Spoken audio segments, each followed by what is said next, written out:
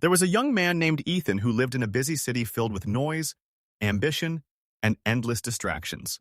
From a young age, Ethan had always been ambitious. He had dreams bigger than the small apartment he grew up in and ideas that could, he believed, change his life completely. He often stayed awake late at night, scribbling notes and planning new ventures in his worn-out notebook. Every idea that struck him seemed revolutionary, and every thought made him excited for the future. But there was one habit that held him back more than anything else.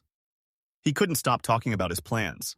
The moment a new idea struck him, he would tell anyone who would listen, his friends, his family, even strangers on the street.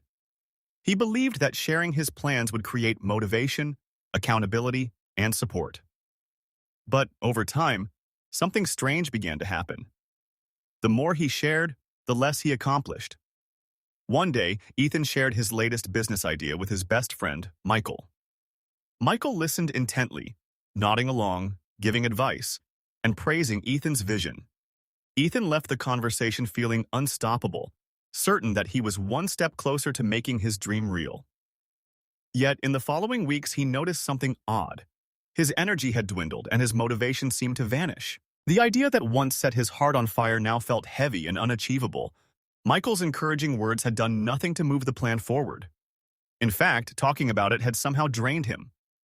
Perplexed, Ethan spoke to his mentor, an older woman named Clara, who had built a successful company from scratch.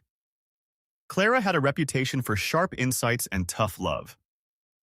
Ethan poured out his frustrations, telling her about his habits of sharing his plans and how nothing seemed to progress. Clara listened carefully, her eyes calm yet piercing. "Ethan," she said finally, "do you know why your plans never seem to work the way you expect?" Ethan shook his head. "I've tried everything, planning, talking to everyone, getting advice. I don't understand why I'm stuck." Clara leaned back in her chair. "Because you are leaking your energy before it even has a chance to grow.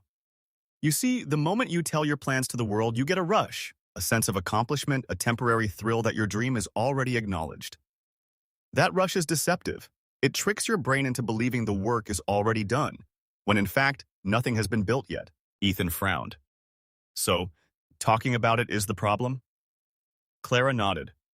"Exactly. Silence is not weakness. Silence is power. The most successful people you admire rarely announce their plans until results appear. They understand that energy, focus, and action are finite resources. Once you distribute them prematurely, you have less left to actually achieve anything." Ethan thought about this. He realized how many times he had left projects unfinished, stopped pursuing ideas, or felt exhausted, all after talking too much. Every conversation about what he wanted to do gave him a temporary sense of satisfaction, as though he had already accomplished something. It was subtle, but it had been quietly sabotaging him for years. Clara continued, "Imagine planting a seed. You plant it in fertile soil, water it, and give it sunlight. If you keep digging it up every day, showing it to your neighbors, explaining its potential, and asking everyone for advice, what happens?" Ethan shrugged. "It doesn't grow properly?" "Exactly. You need patience and care. Silence allows the seed to take root, to develop strength, to grow. The moment you broadcast your intentions, the world begins to influence it, sometimes with advice, sometimes with doubt, sometimes with envy. The seed gets distracted, weakened, or even stolen." Ethan listened intently. He had never thought of his plans as seeds before. The metaphor struck him deeply.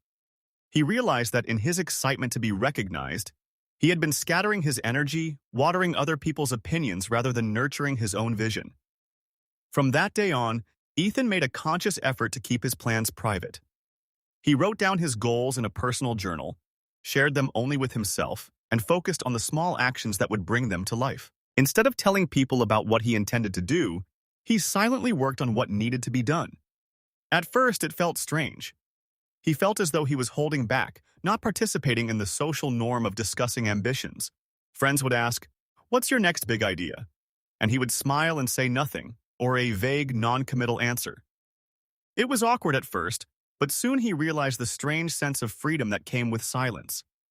He didn't need approval, recognition, or praise to feel motivated. All that mattered was his own commitment. Weeks turned into months. Ethan's small, consistent efforts began to compound. The ideas that once felt overwhelming started turning into tangible progress. One day, months later, he quietly launched a project he had been working on.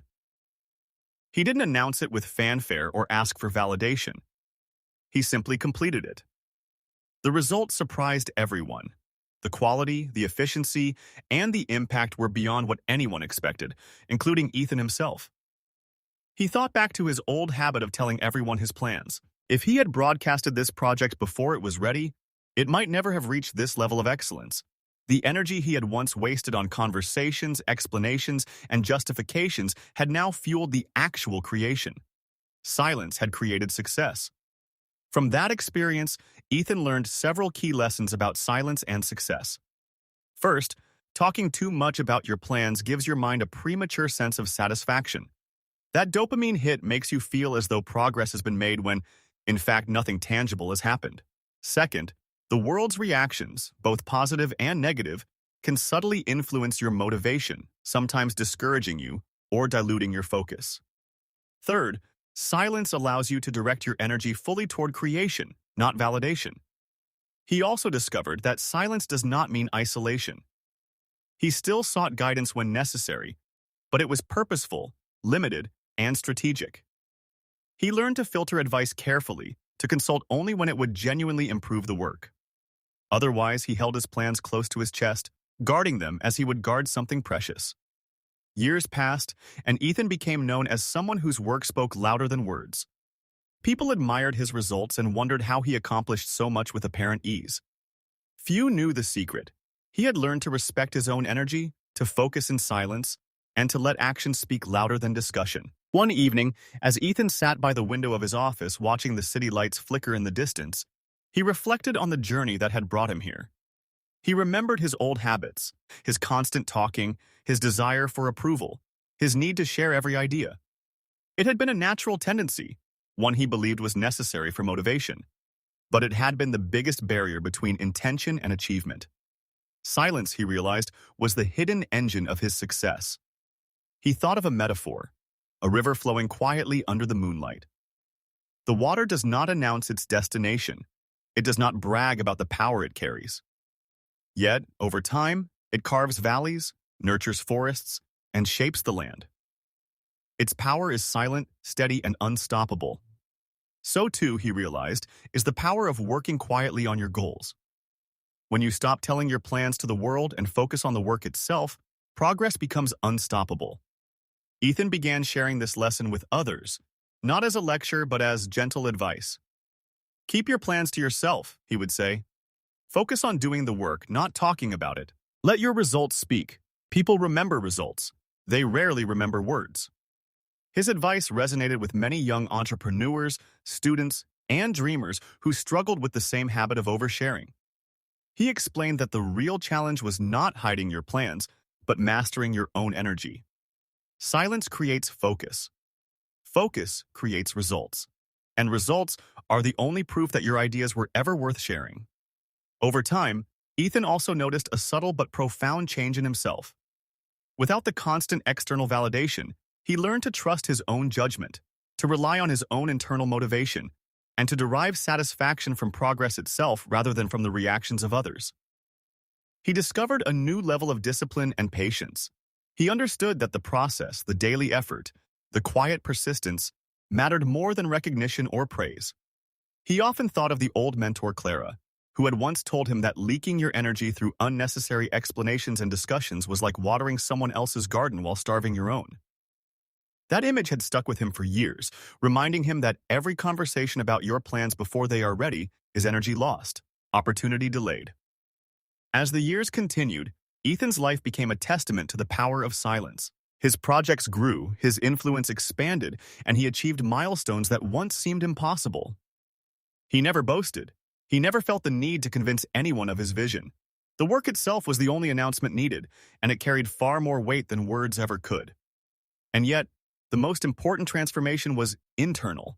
He had learned to respect his own mind, to manage his energy wisely, and to recognize that not all achievements need an audience before they are real. He had discovered the most valuable secret of all, that silence is not emptiness. Silence is creation. Silence is strength. Silence is the hidden path to success that most overlook because they are too eager to share before they build. From that point on, Ethan's approach